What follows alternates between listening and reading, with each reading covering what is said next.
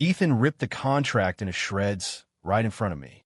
Everything I had sacrificed disappeared in seconds. I stood frozen in his sprawling Manhattan penthouse, the late afternoon sun pouring through floor-to-ceiling windows and painting the marble floor in warm gold. Pieces of paper fluttered down like broken promises, landing near my sneakers. My chest tightened so hard I could barely breathe. 6 months of careful pretending, late-night talks that felt too real, and the quiet hope I had buried deep inside. All of it gone in one vicious tear. "Ethan, what the hell?" I whispered, voice cracking. He didn't even look at me, just turned toward the city skyline, hands shoved into the pockets of his tailored navy suit, jaw clenched like he was the one who'd been hurt. I was Jordan Hale, 25, born and raised in a quiet Ohio suburb before chasing dreams in New York. My mom's cancer treatments had drained every penny my family had, leaving us buried under $150,000 in medical debt. When a friend dragged me to a charity gala last spring, I met Ethan Harrington, golden boy heir to Harrington Tech, the kind of guy whose smile made tabloids swoon and whose family expected him to marry some perfect socialite. He needed a discreet boyfriend to keep his conservative parents off his back about settling down. I needed the debt erased. We shook on it over expensive scotch. 1 year, fake dates, no feelings. Simple, clean, until it wasn't. The first month had been pure acting. We flew to Los Angeles for his board meetings, posed for cameras at Hampton's weekends, laughed at private dinners where his hand would brush mine just long enough to sell the lie. But somewhere between midnight conversations on his balcony and the way he looked at me when he thought I wasn't watching, the line blurred. I started counting the days not because the money was coming, but because I didn't want them to end. I told myself it was one-sided. Ethan Harrington didn't fall for guys like me, guys who still sent half their paycheck home and wore the same worn leather jacket every winter. Now the sun felt too bright, the penthouse too quiet. Family found out. He finally said, voice flat. Dad threatened to cut me off if I didn't end the phase. The wire transfer is canceled. I'm sorry, Jordan. Sorry. The word landed like a slap. I had quit my second job, told my mom the debt was handled, started believing this arrangement could become something real. My hand shook as I knelt to pick up a torn corner of the paper that still had both our signatures. You promised, I said, standing again. You looked me in the eye and promised. He finally turned, green eyes stormy. Promises change when the world does. Then he walked out, leaving me alone with the shredded remains and the crushing weight of what came next. Calling my mother, explaining I'd failed her again, and facing the truth that I'd fallen in love with a man who never planned to catch me. The next morning, I packed the few things I kept at his place. A toothbrush, a hoodie he'd lent me after a rainy Central Park walk, the watch he bought me for appearances. Each item felt heavier than the last. I took the subway back to my tiny Brooklyn studio, the kind with leaky faucets and neighbors who argued at 3 a.m. The rent was due in 2 weeks, and I had exactly $400 in my account. My phone buzzed, my sister asking if Mom's next treatment was covered. I stared at the screen until it went dark. Lies had consequences, and I was about to pay every single one. I spent the day on autopilot, updating my resume, scrolling job boards, ignoring the texts from mutual friends asking what happened with that cute tech heir. By evening, I sat on my fire escape, city noise rising around me, and let myself feel it all. Anger first, hot and sharp. Then sadness, the kind that hollowed out my ribs. Underneath both, a tiny stubborn spark. I was done letting other people write my story. If Ethan could walk away, I could walk forward, even if the path looked nothing like the one I'd imagined. By the end of that first week, the shock had settled into a dull ache I carried everywhere. I landed a barista gig at a busy cafe in Williamsburg, the kind where tips barely covered rent, but at least kept me moving. Mornings I frothed lattes and smiled at strangers. Nights I lay awake replaying every moment with Ethan like a film I couldn't turn off. The way he'd laughed when I burned toast in his kitchen. The quiet way he'd listen when I told him about Mom's diagnosis. The single kiss we'd shared on New Year's, supposed to be for show, but it had lingered long after the fireworks died. My sister called on Thursday. Mom's asking about the debt again. She's worried. I swallowed hard and lied again, smoother this time. It's handled, Em. Just paperwork. Hanging up felt like another rip in the contract. I couldn't keep borrowing time. I needed a real plan, not memories. That weekend, I took the train to Central Park, the same bench where Ethan and I had posed for candid photos last summer. The leaves were turning gold, same as the day we met. I sat there for hours, watching couples stroll by, straight, gay, young, old. For the first time, I let myself admit it out loud, whispering to the wind, "I'm gay," and I fell in love with him. The words didn't break me. They steadied me. Maybe the deal had been fake, but the feelings weren't. And maybe that was the part worth saving. Monday brought an unexpected knock on my studio door. It was Marcus, Ethan's best friend, and the only person who knew the arrangement from day one. He looked uncomfortable in his crisp button-down, holding a paper coffee cup like a peace offering. "He's miserable," Marcus said without greeting. "Won't admit it, but he is." I took the cup, black, 2 sugars, exactly how I liked it. Not my problem anymore. Marcus sighed. His dad's pushing him towards some merger marriage with a woman from Boston. Ethan told him to go to hell, but the company shares are frozen until he straightens up. I almost laughed at the irony. Straightens up, as if either of us had ever been straight. We talked for an hour on the stoop. Marcus filled in the blanks. Ethan's family had hired a private investigator after spotting us at a low-key gallery opening. Photos surfaced. Threats followed.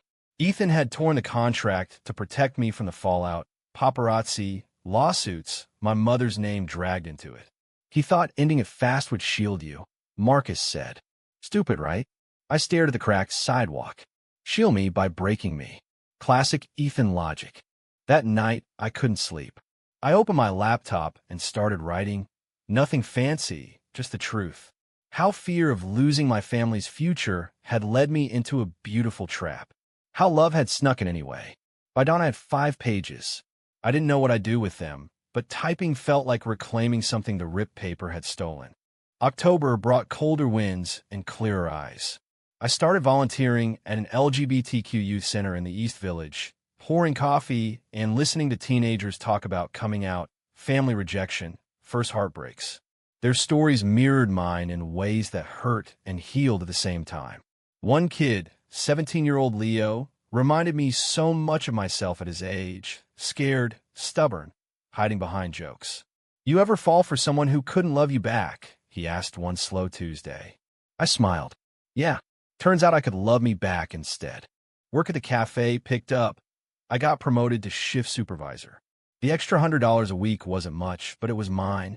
I sent half to my mom with a note that said, "Partial payment. More coming. No more lies. Small steps, but forward." Then came a text from Ethan. "Can we talk? Neutral ground. Please." My thumb hovered over the screen for 10 minutes. Part of me wanted to delete it. The bigger part, the part that had grown in the last month, replied, "Saturday, 2 p.m., Brooklyn Bridge Park." I chose the spot deliberately. Public, open, where I could walk away if I needed to. He showed up in jeans and a gray sweater, looking like he hadn't slept. The wind off the East River ruffled his hair the way I used to love. We walked in silence at first, past joggers and street musicians. Finally, he stopped under the bridge's shadow.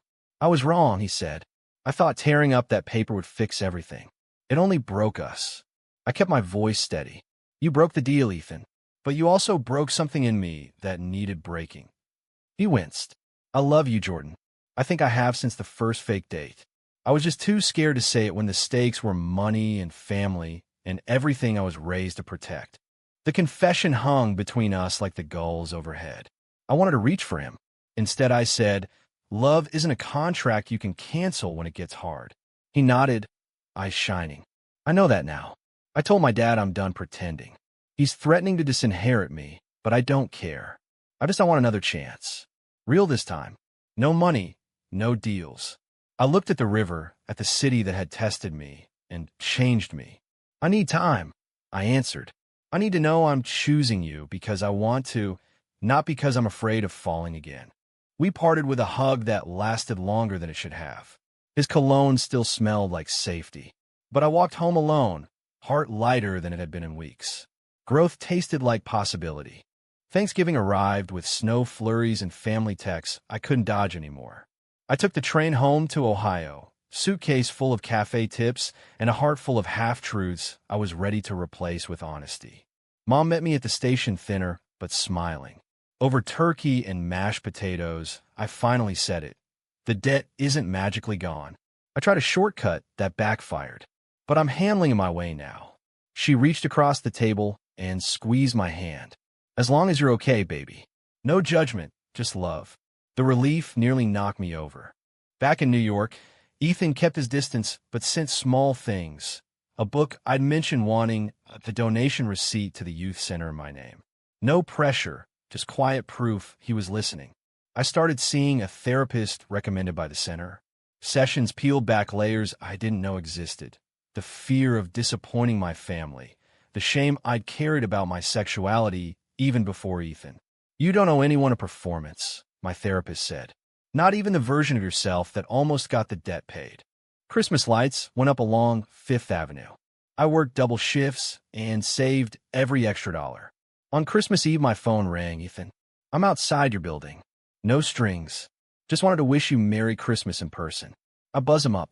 He stood in my tiny studio holding 2 cups of hot chocolate, snow dusting his shoulders. We talked for hours about everything except the deal. When he left, he brushed a kiss against my cheek, soft, asking nothing. I closed the door and leaned against it, smiling for the first time in months without forcing it. New Year's Eve, I stood on my fire escape again, this time with Leo from the center and a few friends from the cafe. Fireworks exploded over the city. I raised my plastic cup. To starting over, honestly, the spark I'd felt months ago had grown into steady flame. I wasn't the same man who watched a contract get torn. I was someone who knew his worth now. February brought the real test. Ethan's father scheduled a press conference announcing the company's new direction and Ethan's removal from the board. Tabloids ran headlines about the disgraced heir. I watched from my phone during a slow cafe shift, heart pounding. That night, Ethan showed up at my door soaked from rain, eyes red. I lost everything, he said, but I gained the only thing that matters if you'll still have me. I pulled him inside, wrapped him in a towel, and for the first time since the rip, I let myself hold him without pretending. We talked until sunrise, about his childhood pressure, my mom's illness, the future we might build without money as the foundation. No deal, just 2 men choosing each other. The next weeks were messy and beautiful. We took slow walks in Prospect Park, cooked terrible dinners in my kitchen, laughed when the smoke alarm screamed. I introduced him to my mom over video call. She liked his laugh. He volunteered with me at the youth center, helping Leo with college applications. Money was tight. We split rent on a slightly bigger place in Queens, but the richness came from elsewhere. I finished the pages I'd started writing and sent them to a small literary magazine on a whim. They accepted the essay titled The Contract I Never Needed. Spring arrived with cherry blossoms and a letter from the hospital, a new payment plan that actually fit my budget. I stared at it, then at Ethan asleep beside me, and understood the twist life had given me. The betrayal hadn't destroyed me. It had stripped away the lies and left space for truth. Summer glowed over New York again, almost a full year since that first gala. Ethan and I stood on the Brooklyn Bridge at sunset, the same spot where I'd asked for time. He slipped a simple silver band onto my finger. Not expensive, just a promise. No contracts, he whispered. Just us. I kissed him right there, wind whipping around us, tourists smiling like they knew our story. Just us, I answered. We flew to Ohio for my mom's birthday. She hugged Ethan like he'd always belonged. My sister teased us about being disgustingly cute. Back home, we planted herbs on our tiny balcony and talked about opening a small community cafe someday, somewhere kids like Leo could feel safe. I kept working at the center, now as a paid counselor. Ethan started a nonprofit tech program for underprivileged youth, using the skills his family tried to take away. Money was never the point again. One quiet evening on our balcony, I looked at him and realized the pivotal choice had already happened, not in one dramatic moment, but in 1,000 small ones. I chose honesty over fear. I chose love over security. And in doing so, I became the man I was always meant to be. The city lights stretched below us, bright and endless.